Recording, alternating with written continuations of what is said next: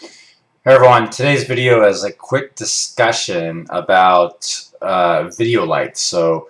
Photography video, specifically on video lights that are not strobe, not a flash. So this is a continuous LED light that I use a lot of my macro videos and my newer videos over the last year or so. It just, obviously when you're doing the video, you can't use a flash, and you want a powerful light that's small and somewhat portable. So I've been using these LED lights that they are made in China. You can find them mainly on the internet. I wouldn't buy, sorry to say, I wouldn't buy locally because these things are discounted on the internet anyways. They range between $40 and about $32.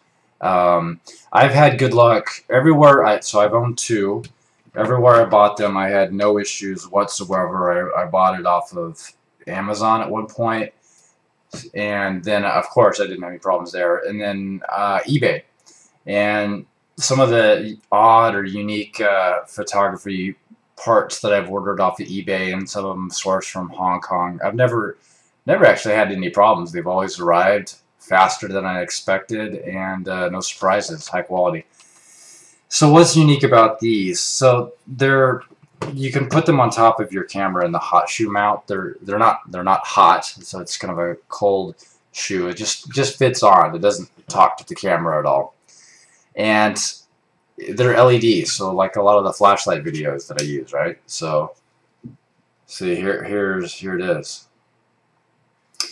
And what you can do basically is, I happen to have an old video camera that had a battery that fit right in here. It's a Sony video camera, and I can just charge it up and use it like this. Or you can, it comes with this back casing, and you can put in 6 batteries, which is a lot, but I have to say it's actually lasted a decent amount of time. There's a tester button to see if your batteries are good or it's ready to go, or it's working. This one, so there's 2 model numbers out there. This particular one, CN-126. They're sold under a lot of different names. It's kind of funny, but just this is the consistent part, CN-126. Just search for that on Google or Bing or whatever. And then CN-160. Basically the difference is the quantity of LED lights. So the 160 has 160 and this has 126 lights.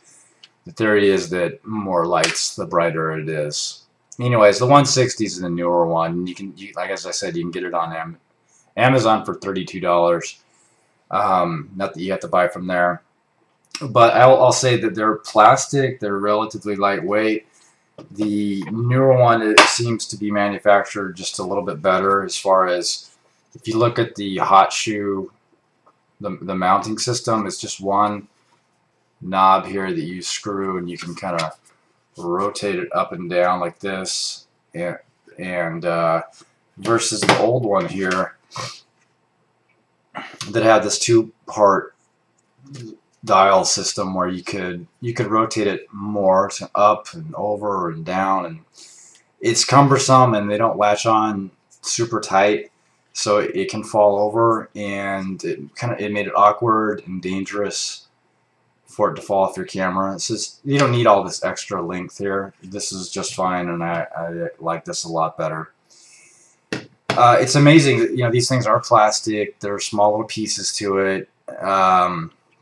Here's a close-up of the LEDs. I've dropped this thing on the cement so many times, and I've had only the plastic front diffuser come off on me, but this still works. Just keeps going and going and going. The amazing build quality, I guess. The finishings are not great, but the build quality is good. It's certainly not breaking at all. I'm using batteries on this one, and it's the older version versus the newer one that has more LEDs, plus I have maybe the more powerful battery that I'm using here, but you can kind of tell the difference here. Oh. So, you know, if you're into doing DSLR video, I would say this is a good set of lights, or a light to have. You really only need one. There's some out there that you can stack together in a grid, so you could have a 4-panel system of these same ones. I think you can do that with these. It comes with these slide diffusers. There's about 2 or 3 of them that it's easy to get off. It just kind of slides off. You can change the color temperature of the light with it. You can make it more warm, more cold, etc. Yeah, I just use the standard one. And I would say that, yeah, unfortunately, kind of made in China, low cost, that kind of stuff. But if you go to a photography store, or even the more specific B&H websites or whatever else out there, and you can find some of these LED panels, and they're ultra expensive. I mean, 400 plus in some instances. And honestly, I'm not certain you're going to get that much better out of those expensive ones versus the $32 ones, especially if you're just a hobbyist or, you know, YouTube person. Check these out. I think, you know, if you have any questions, let me know, but I'm pretty happy with these. Thanks, everyone.